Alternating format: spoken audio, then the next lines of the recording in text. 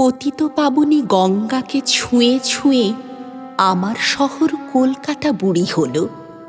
কত মানুষের কান্না মিশেছে জলে, কে তার হিসেব হদিশ রেখেছে বলো?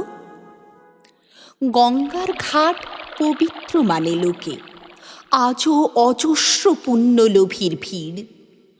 আমি শুধু শুনি বিকট তীব্র ঢাক, আর্ত কান্না, ঢাকে কোনো তরুণী।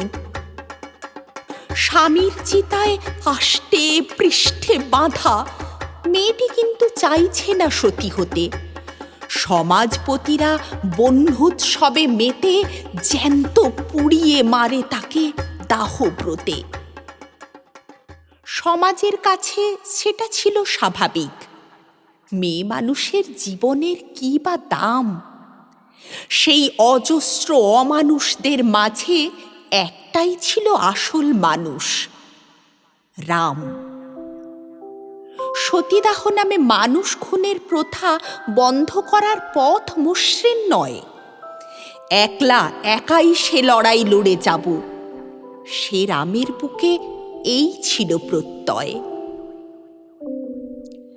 গঙ্গার বুকে কত ঢেউ ওঠে আজও, ছুঁয়ে ছুঁয়ে যায় বাঁধানো ঘাটের পাড়, যেখানে বাতাসে মাটিতে জড়িয়ে আছে পুড়ে খুন হওয়া মেয়েদের চিৎকার। সেসব এখন দূর অতীতের কথা। সতীদাহ প্রথা চরম ঘৃণ্য আজ। মানুষের মনে মানবতা বুনে যাওয়া কোনো সময়েই ছিল না সহজ কাজ। আভূমি প্রণাম এই শতকের থেকে সে মানুষটাকে, প্রতি বুকে যাঁর নাম। সূর্যের মতো আলোময় প্রাণ তিনি, এ কলকাতার পুরুষ সিংহ রাম।